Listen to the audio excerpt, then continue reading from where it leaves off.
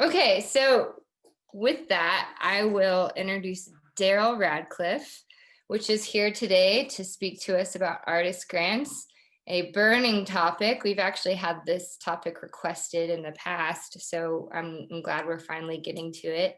And our organization is in the Cedars neighborhood in Dallas, Texas, by the way. Darryl has not only received grants for his own personal projects, but also for nonprofits and groups that he's affiliated with. So those are kind of two different approaches, which is exciting. But he's also been a juror on different grant processes, like the National Endowment for the Arts, and his grant list is pretty far and wide.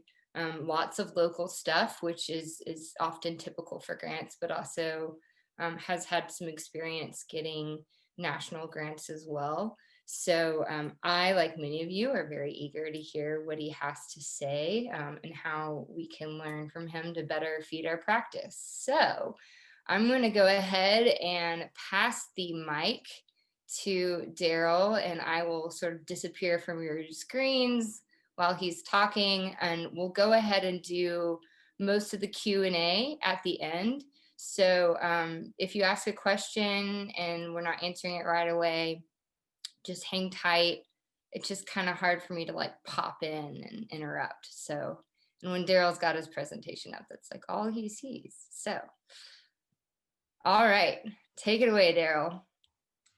All right. Thank you so much, Adrian. Thank you, Cedars Union, for hosting this.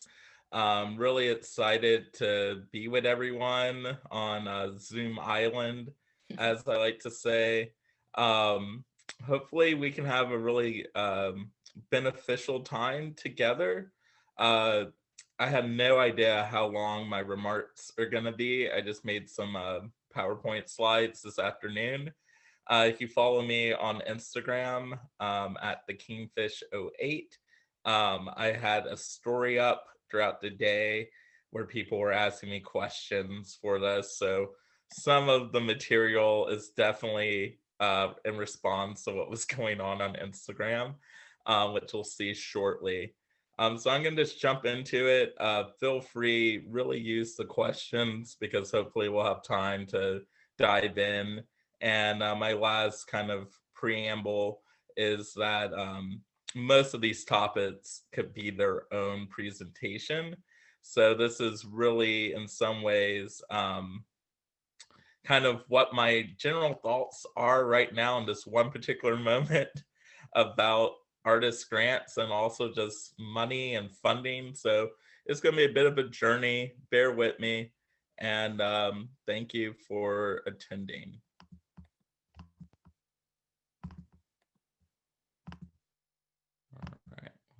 Share and let's present.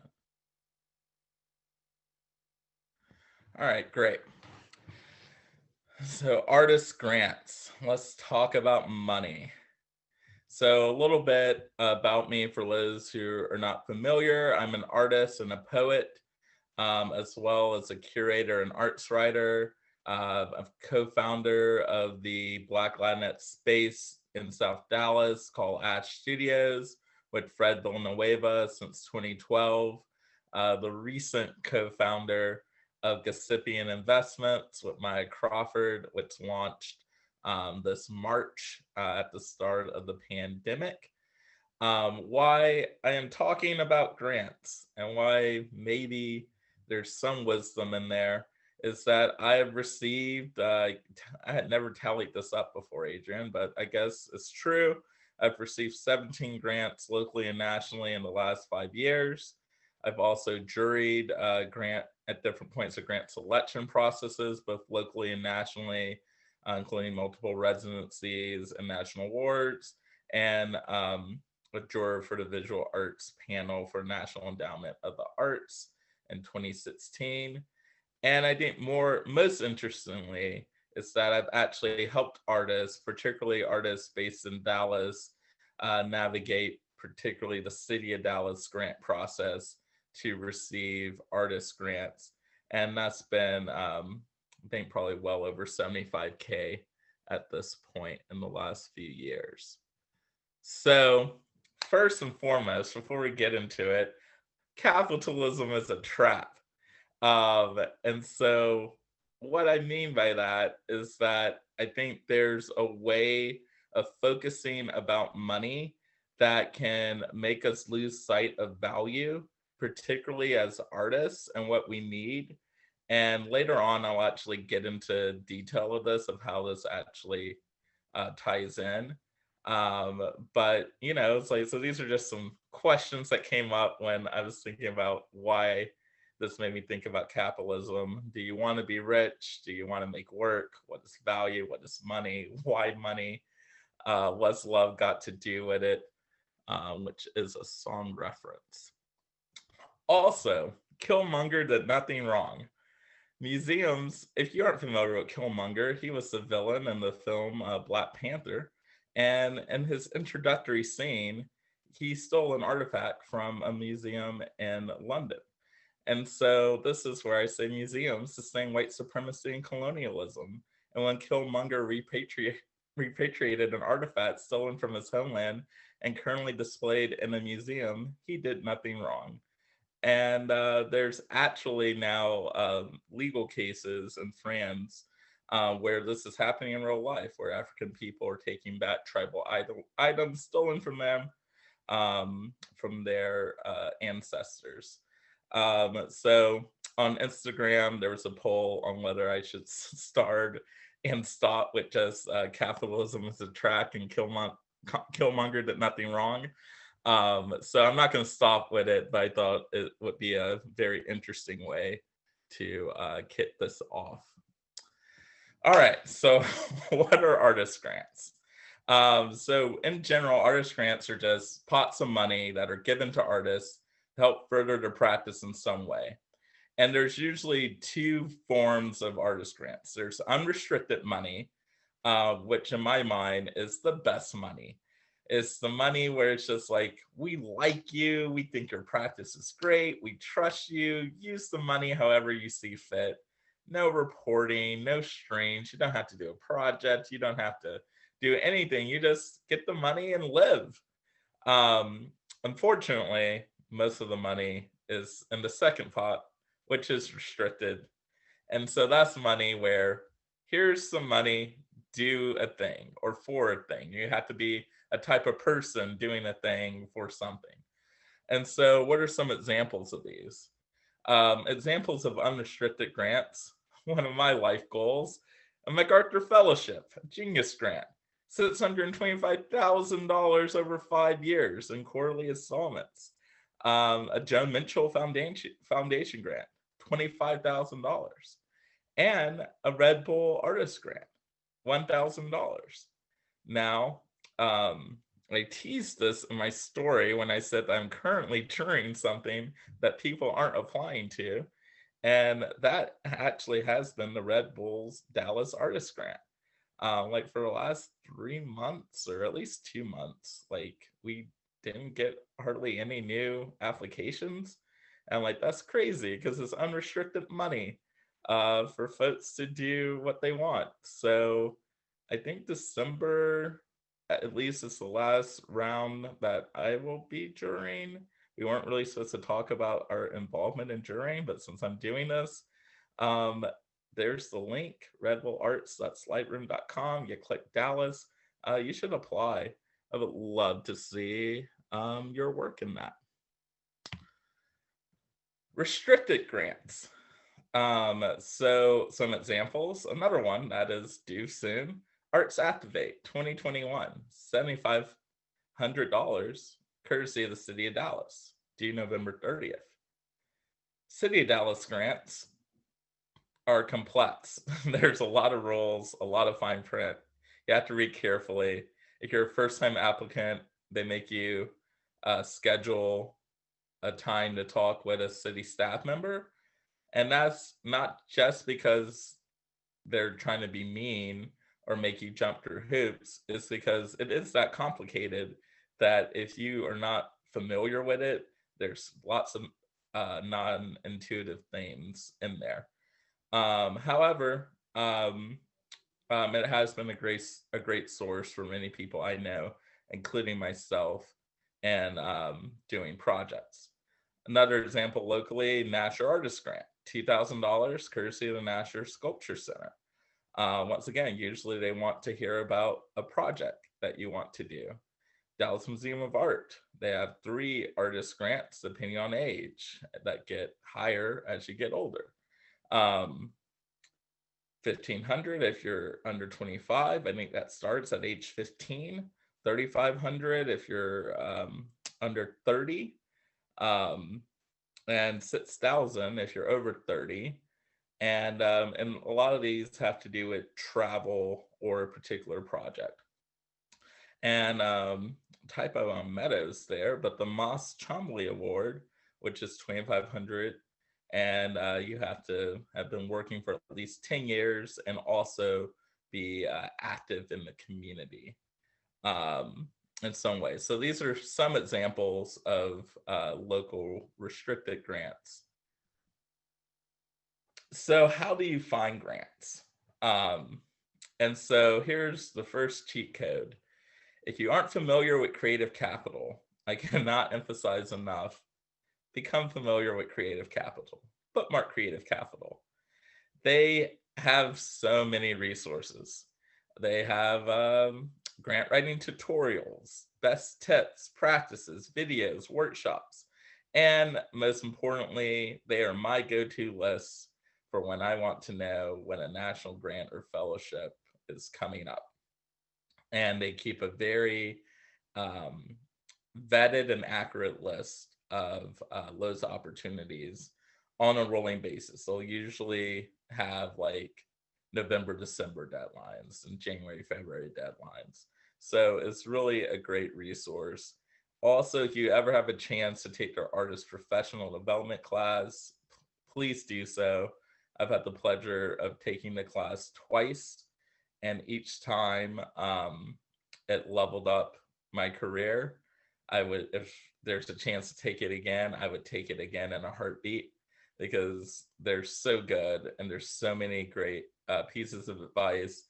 And it's like this really kind of weird thing where because they keep statistics on their on the people who take their class, and it's something crazy for different fellowships, particularly the larger national fellowships like a Guggenheim Award or a MacArthur. Is something like 90% of the people who get those awards have taken their professional development class.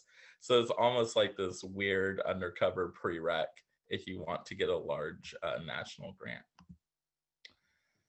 For my people of color, my BIPOC peoples on the call, here's a cheat code just for you.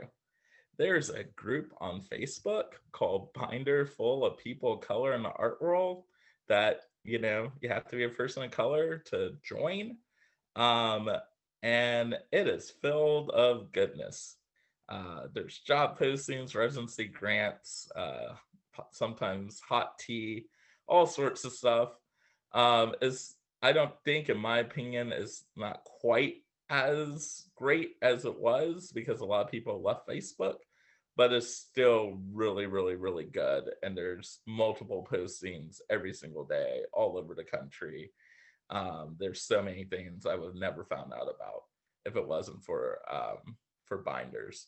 So if you would like an invite, DM me, message me. More than happy to invite you to join that group. Other places to find out about grants. Glass Tire is a place that I've gone to throughout the years. People post classifieds. You can get things throughout Texas. And also local media often does actually run articles, not all the time, but often enough, about new arts opportunities. In fact, I think several of the most recent art opportunities, CAD, Dallas Aurora, Art 2, I forgot about, why am I blanking? Gallery, Tally Dunn Galleries Fellowship. And I wrote about that one. Of course, I'm blanking on the one I wrote about. all kind of was announced via kind of local media. The Red Bull one was announced in D Magazine and DMN. So it's always good to read local arts media in general. Another great reason is that sometimes when a new opportunity will be shared. KRA is also another great resource to check out. And then in addition to that, I would recommend looking at local, state, and regional governments for opportunities, as well as arts councils, because they don't always interface with local media, as well as some other things. So sometimes you have to go directly to them to see what they're doing. And a lot of them do now have an option where you can sign up on a newsletter, which is really great. And I think for us is, of course, we're in Dallas, but it's the Texas, I'm blanking on the Texas Arts Agency, but the Mid America Arts Alliance, that was the one I wanted to make sure that I shared as our regional resource. And they have some great programs. Interchange is one of them. All right, so what are some things that you can do to level up your grant writing game? And so this is another cheat code. And I would say be in the room where it happens. So I don't think I became really good at writing grants until I started serving on grant panels. And then it's kind of the thing, if you serve on one, you might be asked to serve on another one. And there's two reasons why it's great. One, it gives you the experience of seeing, going through a selection process and seeing like, what does 100 applications look like? Like when you're the one who has to read all those things, where are you going to? What becomes important? What isn't important? And then also being in discussions with other panelists, how does that process work? How do things get narrowed down? And what are the type of projects that build consensus? So it's really difficult to get that experience without having the experience. And there's lots of organizations that need help with that. And particularly if there's so many reasons to do it. If you're a woman, if you're a person of color, your experience, your viewpoint is probably very much needed on those panels. If you're an artist, which many of y'all are, that's very needed on the panels, because often on a city panel you might have an accountant and a marketing director of a corporation deciding everyone's fates. And it's good to have people who actually probably know a little bit more about what's going on locally. So I would ask around, and I'm sure you will find someone who will take you up on your request, because it's actually pretty hard for organizations to find good grant panelists. What else is useful? Building relationships outside of your studio. So I'm sure we all had lots of different types of practices on this webinar. Some are studio based, some are less studio based. But however that falls for you, I think it's good to note that many of the successful grant applications at almost every level that I've been a part of, particularly things that are not unrestricted funding, has involved partnerships. And so partnerships are based on relationships, and to build relationships, you often have to get out of your studio. And off the top of my head, some great relationships that are fairly easy, I think, for most artists to build are with like your community centers or your park and rec center, any social service nonprofits, any local businesses, your coffee shop, your bar, your barber shop, your hair salon, your auto mechanic. Like all those relationships can be assets. Of course, arts organizations, both informal, formal, large and small, and then other artists. And in some ways, I argue that other artists are some of the most important relationships that you can have. All right, and then other thoughts. Don't wait for a grant cycle to come up with an idea. And so this is a thought that came to me, and I used a couple things from my recent life to give people a better sense of like just the development process of some of these things. So my creative partner in Dallas Agreements, Chrissy Boge, we talked like for 2.5 years whenever we saw each other, because at first we thought we wanted to do a podcast. We would just yell names of podcasts to each other um, for like 2.5 years until one day we landed on Dallas and the TV show Dallas, and that became Dallas Remix. And then this year, I was fortunate enough to win a National Artist Grant, and that was another idea that had been kind of percolating for at least a couple years, and one in particular where another artist, shout out to Chris Paul Jordan out of Tacoma, Washington. We had like, kind of little Zoom hangs every couple of weeks after meeting each other in conference and really kind of developing the idea further. So, so even if you aren't, the point of this is even if you aren't actively applying, you can still be working through ideas. You can still be sharpening them up. And I'm a big believer that having a good idea is really important in the process. Other things, and now we're kind of getting a little away from just talking about like art grants in particular. Now this is more of like getting to like an art money conversation and an artist money. And so I was like, I think it's really important to do resource mapping, and doing it in a way where you know where the resources are, but also like realizing that not all resources are going to be good fit for you. So I think I wrote, there's rich art world people in Dallas who will probably never, build with me, and that's fine. Not everyone, not every collector, not every granting organization, not every arts nonprofit is going to be a good fit for you for whatever reason. But it's still important to know where resources are, and to realize that like institutions have people behind them.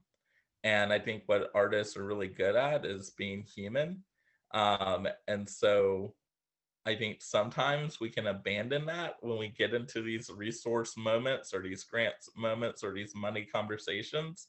But I think that can be our greatest asset in a way, and that we can remember and kind of bring some humanity to the process, and remember that like collectors and like arts administrators and folks like that they're human beings too, and not just an ATM for our art practice.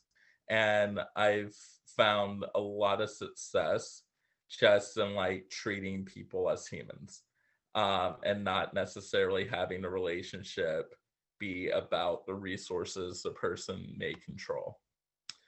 And kind of continuing this resources and kind of art money combo is really education, like knowing the landscape can be transformative. I'll never forget the first time I looked up forget it. I looked up the Nashers 990. And this was a while ago.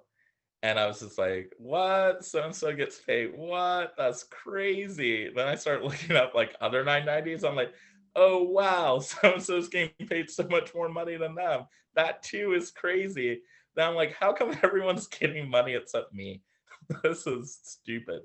And so I think it's great just for like that personal context of like what is the financial scale and economy of art and culture in your city and in Dallas. But also is a great way to figure out like who actually has resources, because there's some places that you think might have a lot of resources and you pull up their 990 and you're like, ooh, they're they're running on a shoestring over there. But then there's places that you think might not be that resource, and you pull up their 990 and you're like, oh wow, like they're sitting on 70K in their programming, and that can give like kind of some directionality into a partnerships, be leveraging money, because sometimes you get a grant and they want you to have matching money, so how do you get that?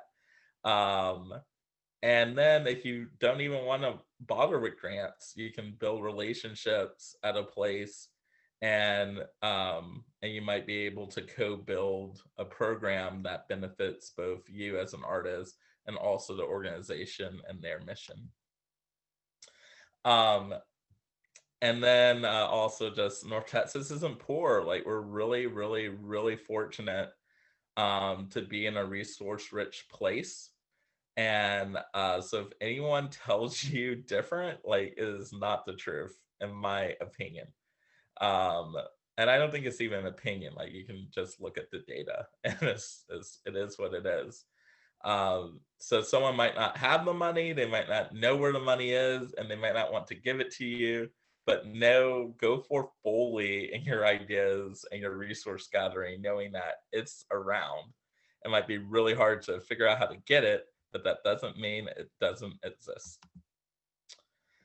And that brings me to one of the things I love about Dallas is the history of DIY organizing and artists. And it's something that, I wanted to use my time to encourage that even more for everyone listening, because yes, there are artist grants, there's resources, there's large institutions, but Dallas has always been a city that has leapt forward when artists started working together and creating things on their own. And then the institutions often follow and lag behind what we're doing on the ground. And so some thoughts around that was just, artists, y'all were getting hit up for every art auction, every like children's health advocacy, charity event, and that's great. It's good to support social services and things of that nature. But there's not an art auction for artists, um, or a grant program that supports artists citywide, to my knowledge. So there's a DIY idea. I'm really interested in how artists can support other artists. Can you make an artist giving circle? That's a project that I'm part of right now on the national level, with 10 other artists across the country. Can you create an artist timeshare for collectors? That was kind of the idea that popped up today that I think I might tease out a little bit later on. So yeah, so don't run away from our DIY-ness in Dallas. And then also, like, so now we're getting back to the capitalism as a trap. But it's really, I think, important to think about money in general. So like money is often a placeholder. We say we need money, but what we really might need is a place to live, or a car, or a studio, or art supplies. So I think being specific about your needs helps you be creative around your needs. And there's, I think, a lot of room for artists and individuals to think about resource sharing, um, and building the trust and community it takes to make some of these ideas happen. And so don't underestimate how monetary resources can transform your practice. Like I would choose rent-free living over like a 7,500 grant from the city of Dallas like any day of the week. For me personally, that's more valuable than the grant itself. So I think that's always good to keep in your mind. All right, so y'all probably, Darryl, these are these are good, but tell us how to get a grant. So all right, I'm gonna go at least big overview, and this is what I do in any kind of grant one-on-one session with anyone. So there's four things that I think really matter in getting a grant, um, which is being able to answer the question, what are you doing? Why does it matter? Why should you be the one doing it? And the budget, which isn't really a question, but a thing to nail. So what are you doing? Um, so whatever your idea is, when you're doing a grant application, I think is you should always just start with saying what it is you want to do. And you should have that pretty close to the top, if not the very first sentence. And it's better at the start to be clear. Like you'll have time to be fancy. You'll have time to dive into the poetics of what you're doing. But if whoever is reading your application has no idea what you're talking about and they're just lost, it doesn't matter how beautiful your language is. So this was something I wrote like an hour ago. So let's see how this is. Example, I'm working with 10 artists to donate one piece of art each to seed an artist timeshare that will expand access to high quality contemporary art amongst diverse populations. I will create a group show free and open to the public at Cedars Union to showcase and receive feedback on this concept. All right, so yeah, I think that's pretty clear. There's some numbers, what, where, not a little bit of a why, but why comes next, and the why doesn't matter.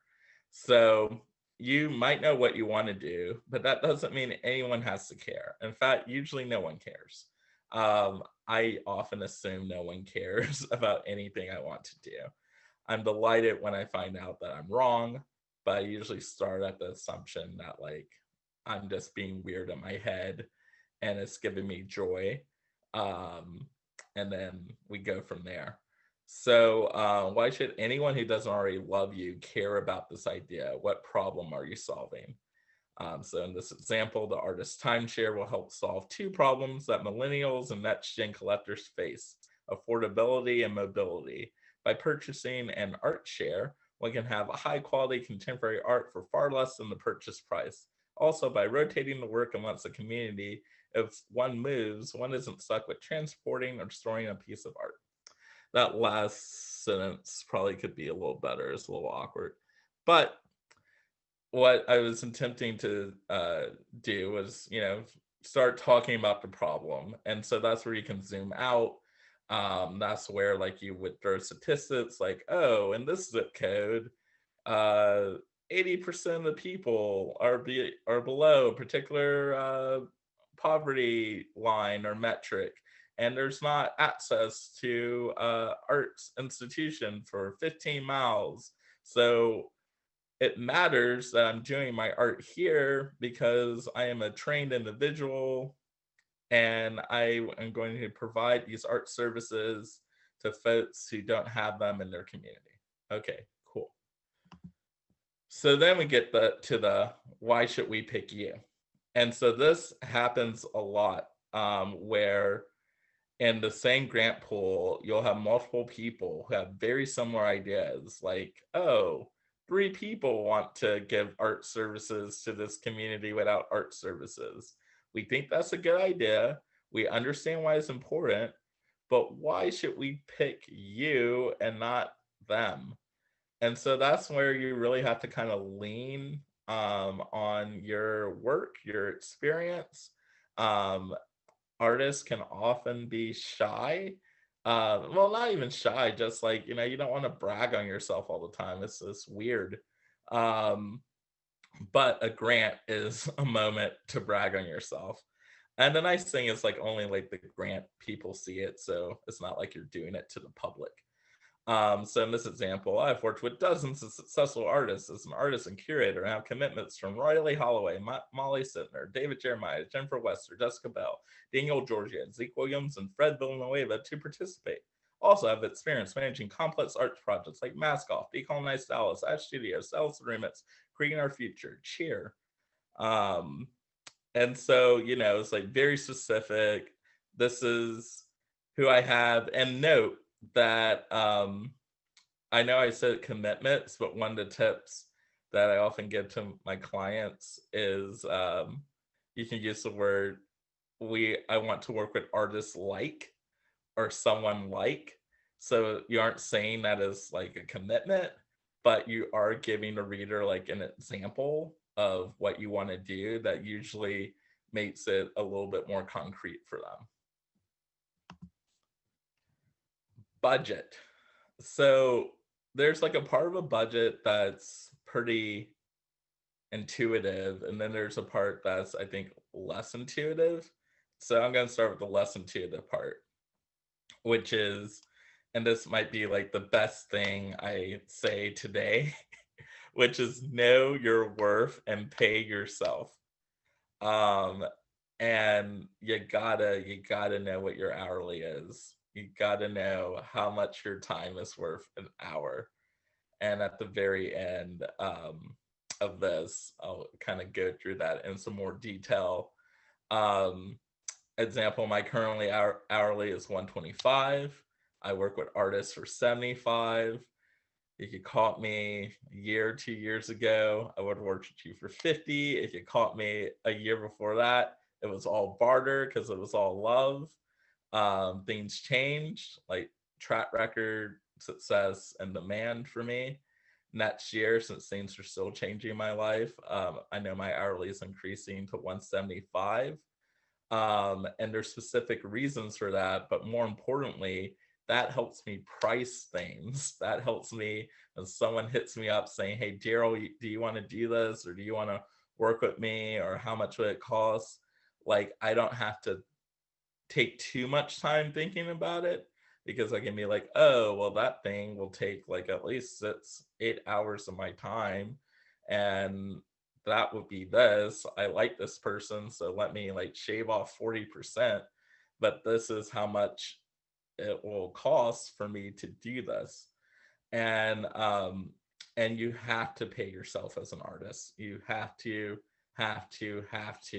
not just for your work product. It's not just about how much is the painting or the dance or whatever. You have to pay yourself for your time. And that's something I'm really passionate about advocating, that artists demand, and also organizations and businesses that work with artists understand that they're professionals whose time is worth money, like a doctor or dentist or lawyer or any other professional. All right, so then the more kind of intuitive thing is, you have your expenses and you have your income. Usually your income's grants, but if you start off with expense budgeting, you can up your income. And like kind of I don't know if it's clever or not, but in my head it was a clever budgeting trick when I found it out. So like, say you already have the space. So say Cedars Union is like, you can use my space. But you still, so a lot of times you would think, I shouldn't put that on my expenses because I already have the space. Nah, you got to put the stuff you already have on the expenses.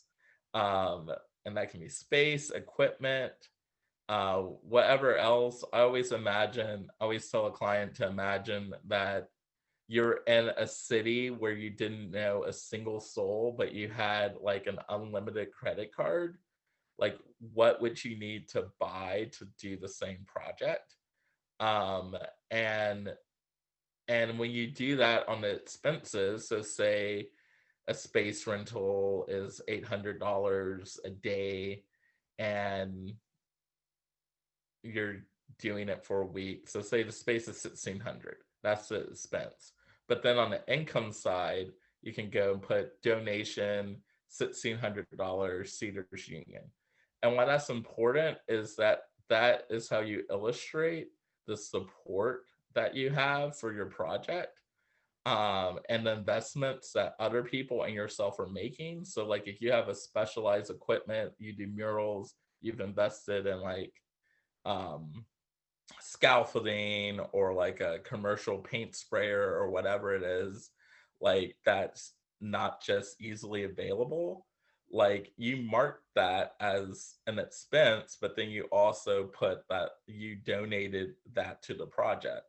And so that can really change how, when people are going through your budget and trying to see the level of investment and support, how that looks.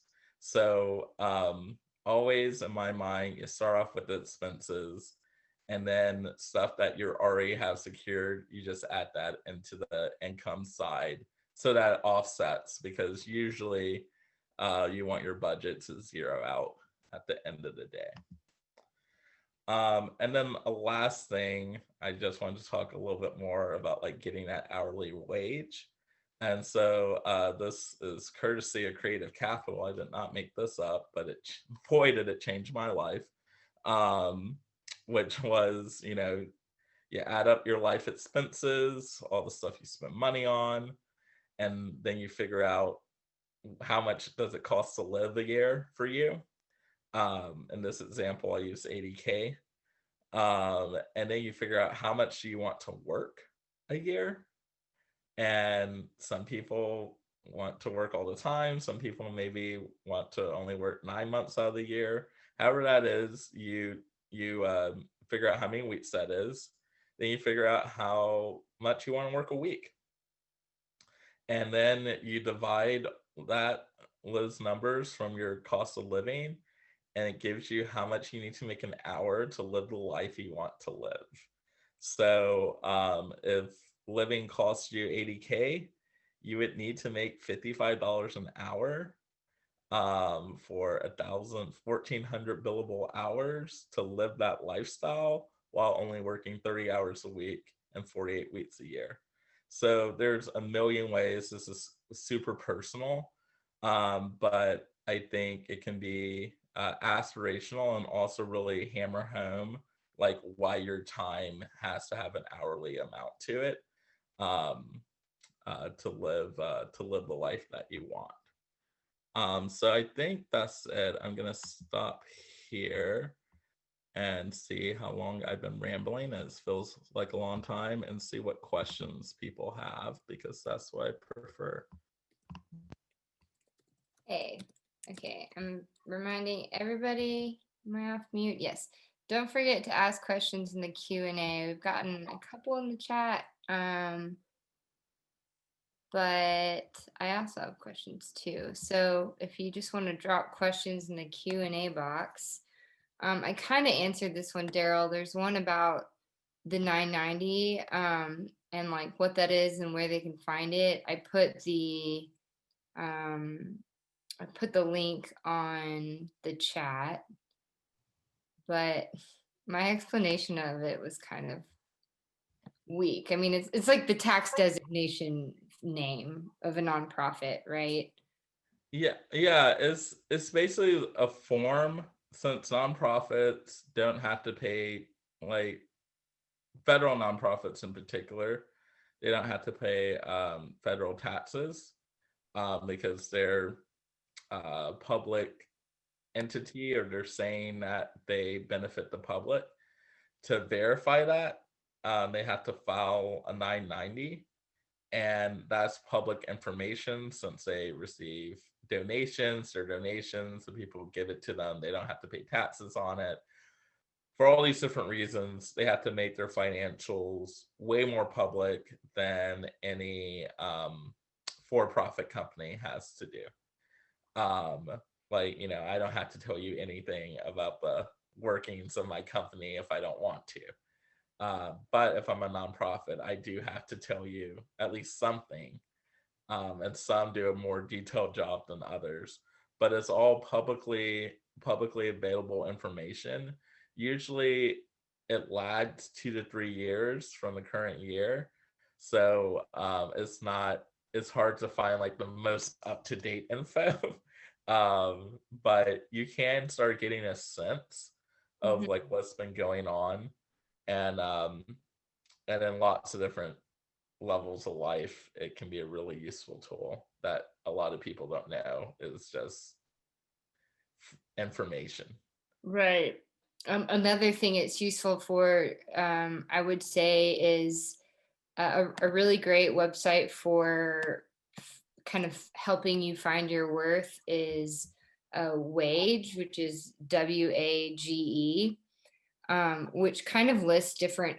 They're a nonprofit that's devoted to establishing a minimum wage for artists, which um, doesn't really exist in common knowledge for a lot of people. So sometimes you'll have a business that wants to hire an artist or something and they have no idea what that payment should look like.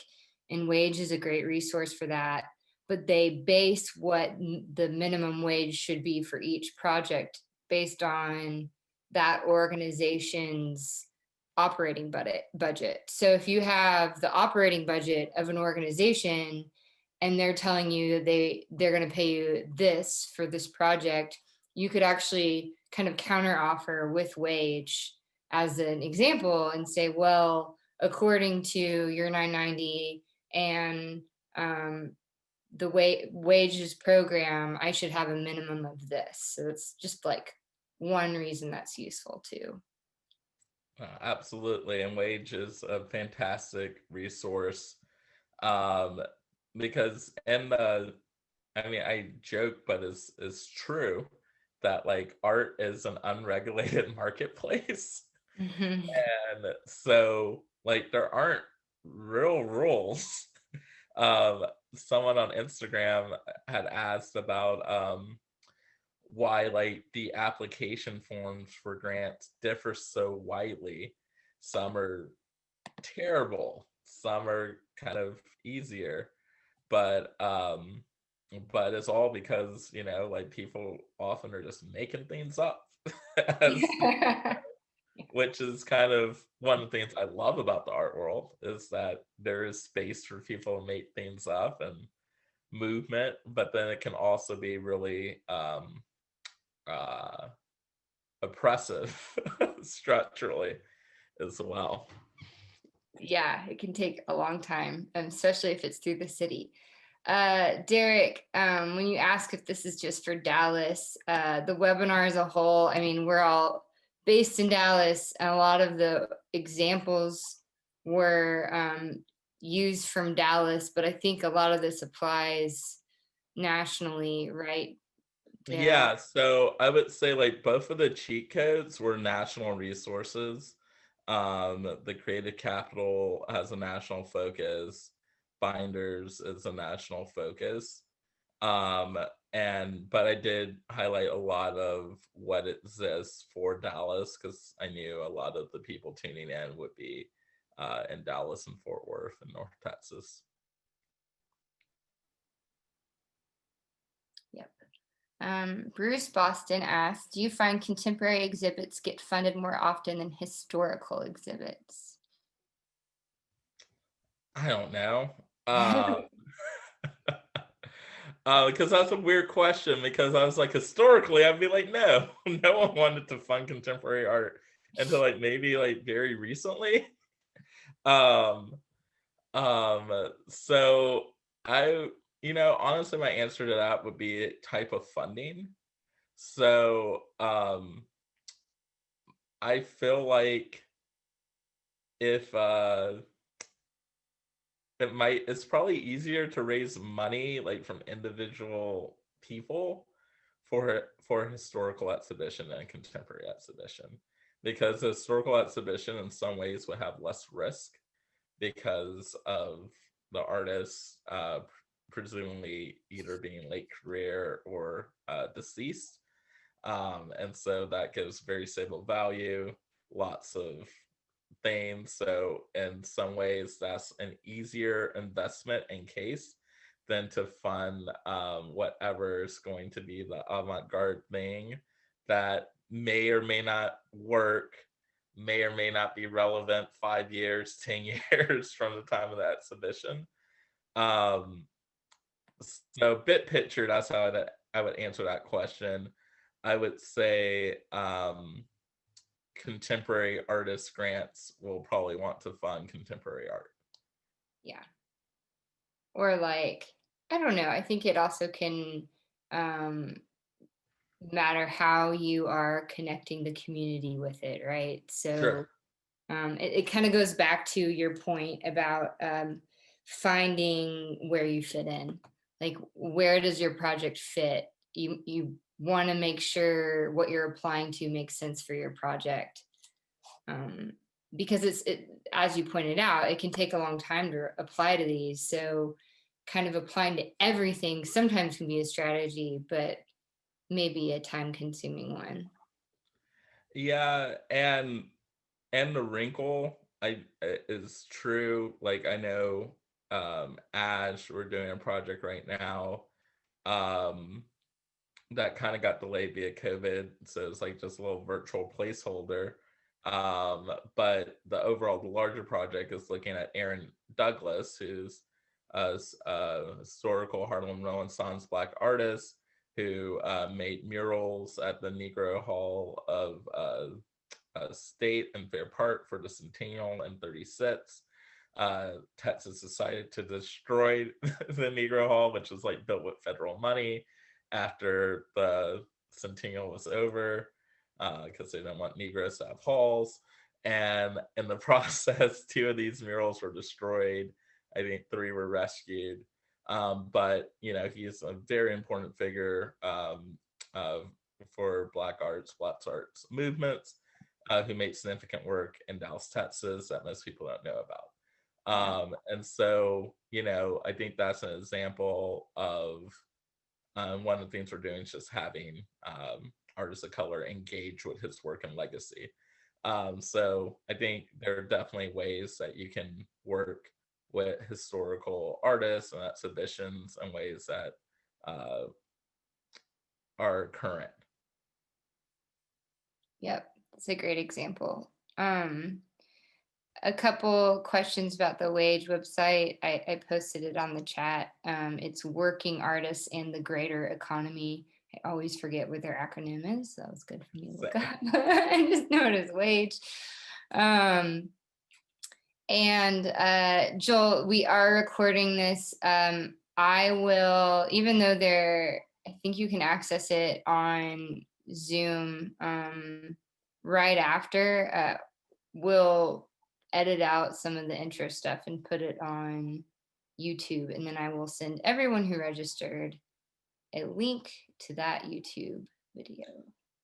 And I saw Shasta, hi Shasta, share about ArtTooth having an open call, and that reminded me that I answered a question on Instagram I did not answer in my remarks. Someone had asked about kind of artist led resources, and I shouted out ArtTooth as one. Nationally, Common Field, I think, is a really great artist led resource. And then kind of more regionally in the South, Alternate Roots is a really great artist led resource as well. And then, of course, I had to shout out Gossy as another artist led resource. Yeah, which we could have a whole webinar about on its own. I'm dropping some of these in the chat too. What is the best way to be registered as an artist? A sole proprietor or a business or a corporation? Anik, great question. And in fact, I was just going to tell you guys that tomorrow we have a legal clinic. The Cedars Union does a lot of art law stuff because we partner with Art Council Texas. But our legal clinics that we hold like 4 or so times a year, you can sign up and just speak one-on-one over Zoom or on the phone with an art law attorney and ask them questions about that. Like, should you be setting up an LLC? What are those benefits? All sorts of questions that we get for artists, and it's totally free. So check that out if you want to know more about that. Do you have an opinion on that question, Derek? I mean, Darryl? Um, you know, yes and no. I guess my biggest opinion is that that should not let you, that shouldn't be a hindrance to like getting started and doing things. Mhm. Because like I currently have an LLC now. I've had an LLC in the past.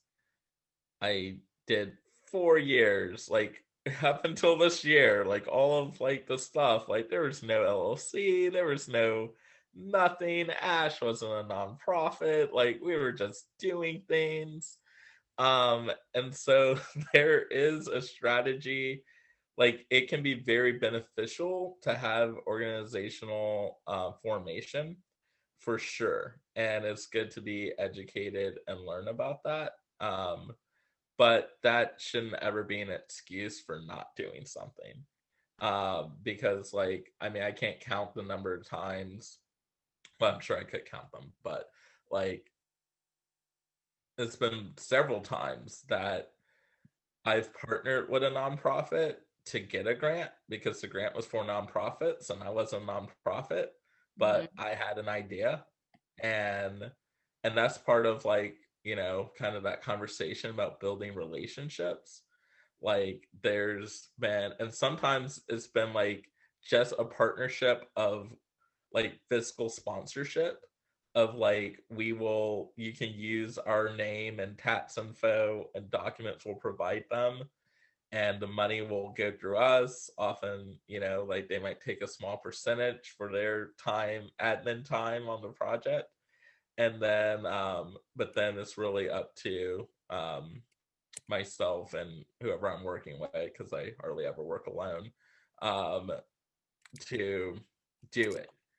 And so that can be a strategy. And I think nationally, Fractured Atlas is often can be a fiscal sponsor for artists as well. So that's, I think, a really important note, that if you ever see that something's just for 501c3, that you shouldn't let that stop you, particularly if you think you have an idea that's a really great fit for what they're asking for. Great. Okay, I'm gonna keep going. Let's see. When it comes to international grants, what are the things to be aware of with paperwork in general? So I do not have a great answer to that question. Unfortunately, I've never received an international grant or helped anyone receive an international grant. What I will say is, maybe not speaking particularly to that, but for me, the subtext of that question was about rules. And I think there's often ways to be clever around rules, particularly when it comes now. This is where I say, please, I cannot give any financial or legal advice. So That's for tomorrow. take this as an artist speculation. Um, but money. There's a technical term for this, but basically is, if Adrian gives me $10 and you give me $10 and I put the $10 in my pocket, it can be very difficult to know what is Adrian's 10 and what is your 10. And there's often ways to be clever about that fact when it comes to money, particularly if you have multiple sources of money. And yeah, and that typically helps you get around grant rules. That's all I'll say. Not official legal advice. Okay. How detailed or not do you write your budget? As detailed as possible. As detailed as possible. And there's a couple reasons. I'm laughing. I'm like, oh, okay, yeah, but this is fine. We're gonna get the unfiltered advice. I've been thinking about it because I'm like, hold on, this is gonna be on YouTube. Like, how much should I You're say? never So, gonna get a grant again. um, but one, like, a lot of, if a budget is detailed, I think at the end of the day, what a reviewer wants to know is, did the person think about the budget? Like, did they put thought into it? And so a detailed budget shows that you put thought into it. And I think a person's more likely to skim a detailed budget than to skim an undetailed budget. When a budget looks like not detailed, that's when people start asking questions. And typically, you don't want anyone asking questions about your budget. Mhm. And so, like when it's just like 2,500 for this, and then I was like, wait a second, this numbers don't add up. What are you gonna do with this? What are you gonna do with that? And then you have like a bunch of questions. Whereas you can like be like, yeah, like I'm spending $20 on a hammer and $15 on a screwdriver. And like that level of detail, like someone's gonna be like, okay, whatever. Seems like they know what they're talking about and keep it moving. Yeah. Um, well, I have a question on that, but I'm going to come back to it. The Barbara was asking about applying to artist residencies and whether that's different than applying to grants. Barbara, earlier I linked the Cedars Union YouTube page, and I think I'm going to, you know what, when I email all you guys the information about the webinar recording, and I'll include these links as well. But the Cedars Union back in May, there was a conversation between myself and Leslie Moody Castro about the jurying process. And we talked at length about like whether when you're applying for an exhibition, a juried exhibition, but also about applying to artist residencies. So it is different, but there's some crossover for certain. But I would recommend watching that as well, and that's all available on our YouTube page. Definitely recommend listening to anything Leslie Moody Castro has to say. Fortunate to have her as a dear friend. And I've also juried residency, some national residencies, and it is similar in the sense that often, like when I juried the what was it, the Bemis residency, like they have a theme. And so if it's like something like that, then that's like almost the same thing as responding to like a restricted grant, in the sense of like we're looking at not just how great the artist is, but how does the artist conform to like the theme of the year and blah blah blah. So the same things of like just being upfront of like, yes, I'm a perfect fit for this because of Mhm. that, and just like laying it out there, um proved true as well. Yeah, and some artist residencies have kind of grants connected with them. So if it's an artist residency that talks about how they really want to work with their community and that there's money for artists that do that, then that's something to look for because that's kind of grant-esque. And if you get an artist residency, that is another good excuse to start writing grants to help pay for that cost because not all residencies are paid.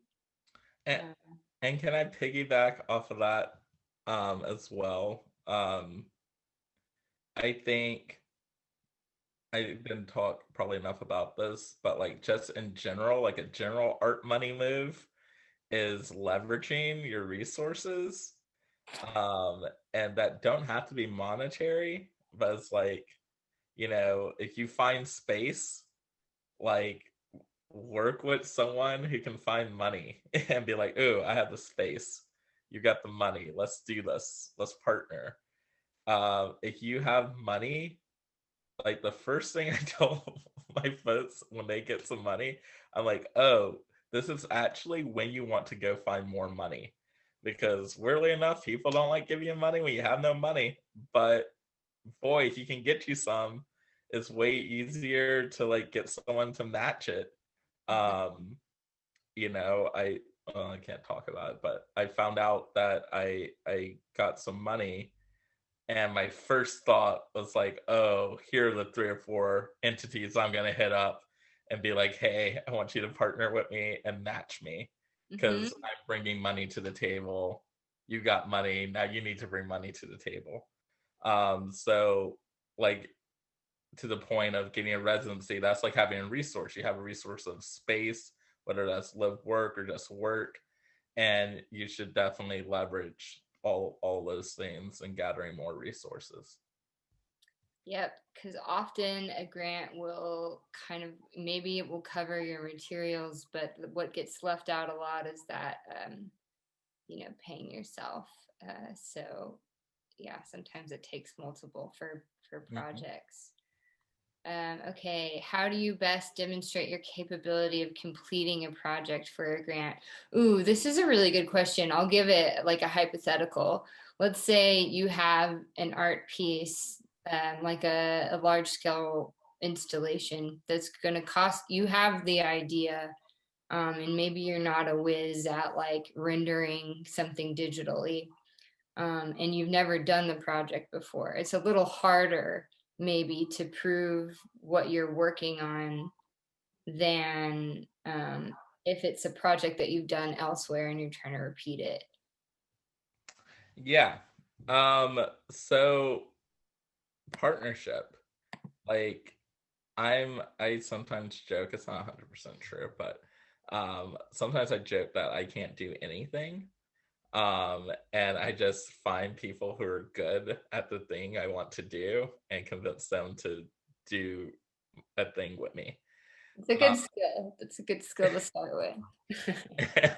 and and I think in a way, because I'm thinking right now that made me think of Dallas Arenas where I have zero theater experience, and decided and was working with someone else who had zero theater experience, and we decided our project should take the form of a play. Um, and so the first step for me was like, oh, well, I guess we need to find someone who knows how to do a play and see if they will work with us on doing this play. And I think you can do that with like literally anything. Like it's like you don't have to know how to render something. You have to have an idea and then find someone who knows how to render, and then you can literally write that into the grant application. I am going to work with so and so who is a master renderer. They are on my team.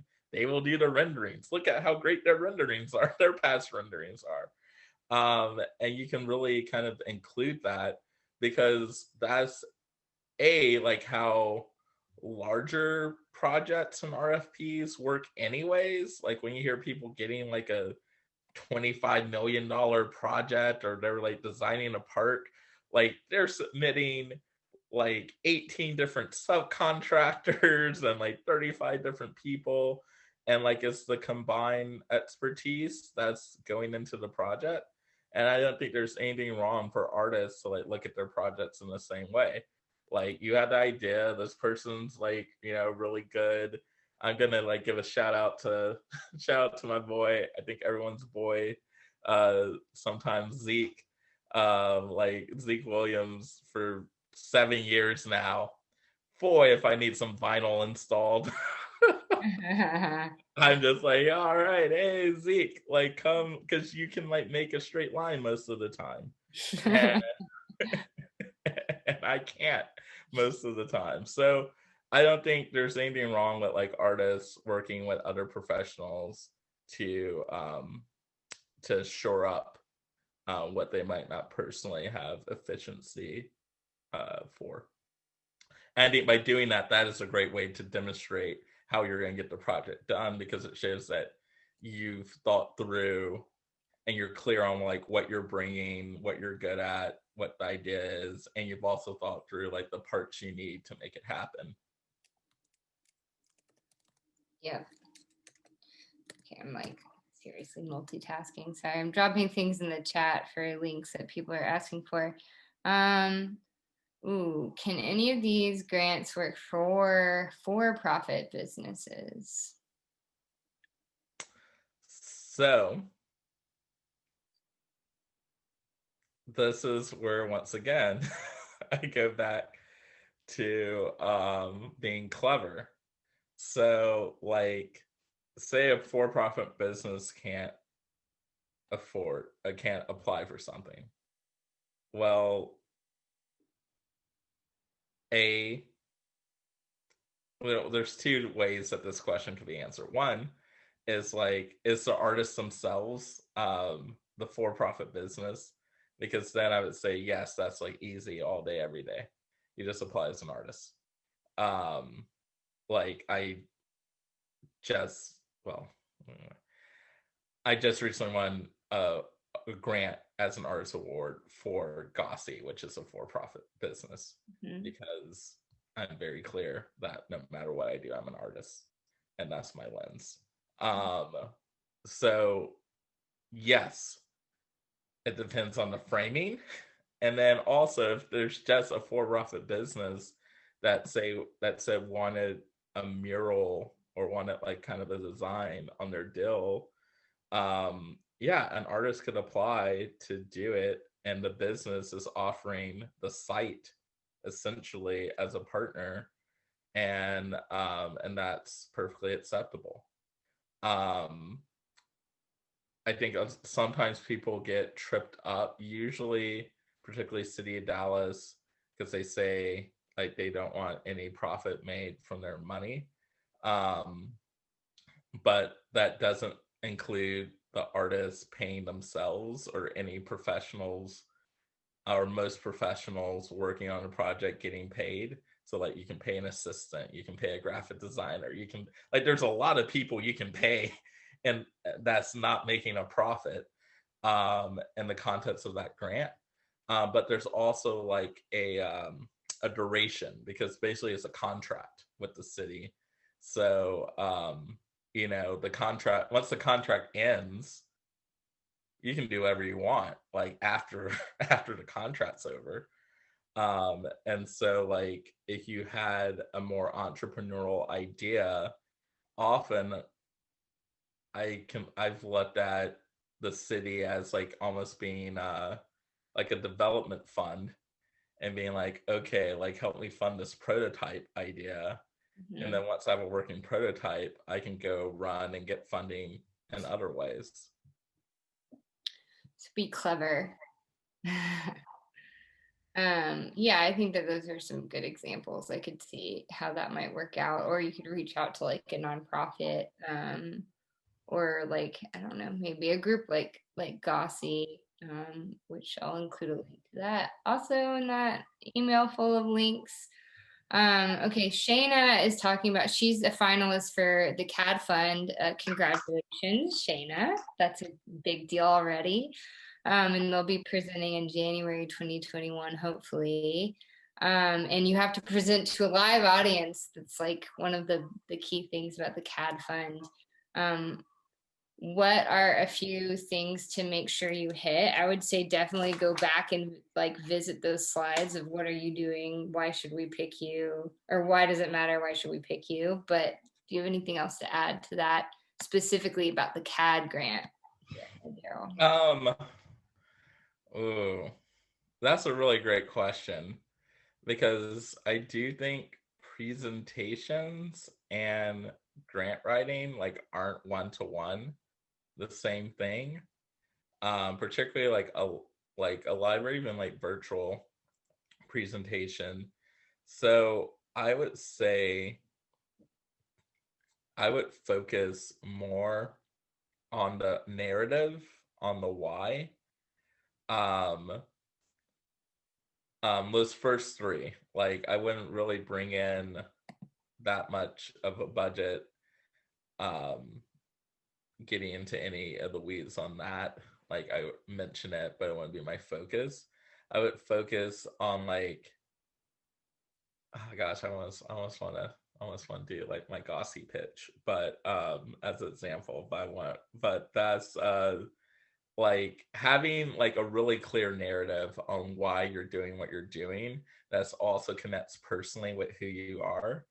Like if you can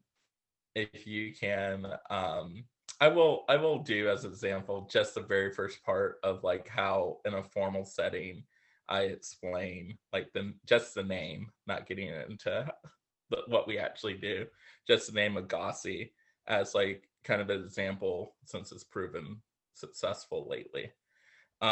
So like if I'm introducing Gossy, I'm like, the name of my company is Gossypion Investments, and the Gossypion is an old Latin word for cotton. And we thought that cotton would be the perfect name and metaphor for our company because we are from Dallas, Texas, a city built on stolen land by stolen labor that was once the largest inland port for cotton in the United States. And cotton created the global economy. Um, and as descendants of enslaved people who have been wondering how do we survive in the context of the city, who gets access to it, who gets to make decisions about it, that motivates all that we do. And since we have global ambitions, we wanted a name that would translate well in every culture. And so that is how we picked Gossypion. And so, and then we get into like the what does Gossy do? But usually by that point, like there's a frame that is personal, that has told a whole story of like American history that is rooted in place, but somehow also global, and in a relatively short amount of time. So if you can like boil down like the narrative in a way like that, you got it. Good luck, Shayna. That's exciting. Okay, I'm gonna try to keep. We have a couple more, and we're a little over time. No big deal. But do you have a website where you could see previously obtained grant applications or projects to see the language or type of accepted projects? That's a great question. I don't know. I I don't. I know Korea Capital, I think, has some sample grants on their site. Um, and I'm sure there's like some like examples of successful grants. Yeah. Yeah. And, some places like I know I really want to do this with the DMA and Nasher before their next grants they have, but like Office of Cultural Affairs, in the past they've done like info sessions at the Cedars Union or other community spots to help people like answer questions or prepare for writing their grant before the grant application begins. So, sometimes depending on the organization, you can seek help from those people. It's always worth a try as long as you're like, tactful in the way that you do it. You might be able to, if you have a question, ask it, I guess is what I'm trying to say.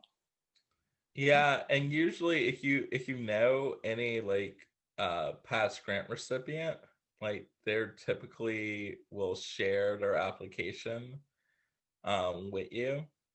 Um if someone reaches out to me, I can share an application, although sometimes I'm hesitant to share my personal applications because often I violate grant writing rules personally because I'm a weirdo, and get bored easily. Chesley Antoinette actually has like some of the best grant applications from like a city standpoint because they actually use her projects, or they have in the past, to like as like the what to do type of art project.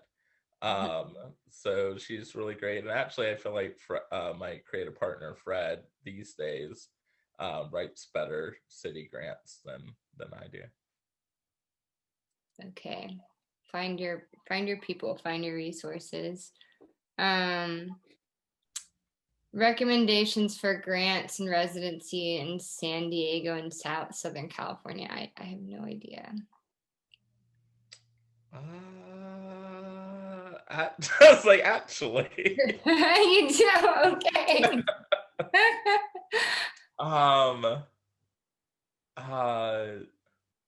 Well, because we did, I'm part of an art collective called Mitchell Think Tank, and we did a year residency at San Diego Art Institute. And yeah, like I would say that both, it's very similar. Like their municipal kind of arts council has resources, at least at that time, because this is 4 years ago. Things can change a lot in 4 years for a place. um, um, Contemporary Museum of San Diego had some stuff. uh, San Diego Art Institute had some stuff. It wasn't like a ton of stuff, but it was definitely some things. And in general, like on a kind of state and local government level, California is often more resourced than Texas, Mhm. in terms of sources of funding. Yes. And everybody, I know this year is tough because a lot of city budgets are stretched really thin because of COVID-19. But just to remind you guys, Darryl, I keep calling you Derek because there's someone chatting up here named Derek. Darryl mentioned Creative Capital. That's a good resource. Also, I like Artwork Archive. I think that they have a pretty good list that they put out. So, use your search engines to help you out. You can kind of just spend a day digging around. Or you can also find artists in that region that, and look at their CV perhaps and go back and see what kind of things that they've gotten into. And to piggyback off that, that's like just a great like art life suggestion of like find a couple artists who I do this practice where it's like an artist who you feel is your peer, who you respect, an artist who you feel is like a little ahead of you career wise, and an artist who like you want to be, you want their career, and set up a Google alert for their name. And like, anytime they win something, they're in a show. Like I used to joke, um anyway, that like one of my people who is like that, I'm just like, oh, they got something, that's great, I'll get this thing in 1 or 2 years. It's like if they like them, they'll like me too. And that's honestly like it's been a really good strategy for a lot of folks I know. Yeah. Okay. Does anyone do you know much about music business grant? I was about to yes and no. I'm going to go with no. No. Well, because like yes, in the sense of like, oh my gosh, I have spent some time advocating for a better expansion of music into city arts funding. And there's a really, not to get in the weeds, but the one sentence answer of why it's hard is that the city views most music as a commercial enterprise. Right. And my position is that is the wrong position for a city to have. So I think music, when my music friends have tried to get some of these grants, one has to be really careful on how one words it to not be rolled out as a commercial enterprise, and that includes the venue, unfortunately. And anyway, but in general, I would say that like statewide and Actually, Fort Worth, I think, does a much better job of supporting their musicians from a more of a civic grant standpoint than Dallas. If you were in Dallas and thinking about it, I was like, maybe look at TPED, the Tourism Public Improvement District. I feel like their grant process would be way more friendly to you than the Office of Arts and Culture's grant process. And then statewide, looking at Austin, and which is like where a lot of our models that we're drawing for advocacy come from. They have Yeah. a very developed program, and also great lists of resource for musicians in general. And you can always collaborate because grants love multidisciplinary. Here, here. So find yourself a visual artist. I will also, speaking of Texas, there's a group called TALA, Texas Advocates for, I can't remember the acronym again. Yeah, it's like it's a legal and accounting advocacy group for artists. They're based in Austin. They're really great, and they do a lot of music work. So I'll put that in the chat too. Okay, that was a lot. Thank you, Darryl. I'm just like still trying to drop links. I don't know that I've ever dropped as many links in chat as I have today. So those of you listening, do go back and find all these goodies I've left for you, including our legal clinic that we have tomorrow. Again, it's even if you're just curious about something, you have 30 minutes to ask a professional one-on-one. It's a really great resource, and honestly, sometimes underused. I think we have a ton of open spaces, so definitely use that. And great. Okay, this will come to you recorded in your inbox in probably a week's time. And if you ever have anything you really want to learn about, I'll leave my email in this chat as well, even though you're going to get an email from me later about programming you would like to do. Kind of like Darryl was talking about how organizations have program budgets. So does the Teachers Union. So we can pay people like Darryl to come teach you guys. So I'm always open to hearing different program pitches or things you want to learn about. And okay. All right. Well, everyone have a great night. Darryl, thank you so much. So much information. I have notes, pages and pages of this. And it's great stuff. Hi, Kelsey. Hi, Sean. Bye, everyone. Bye.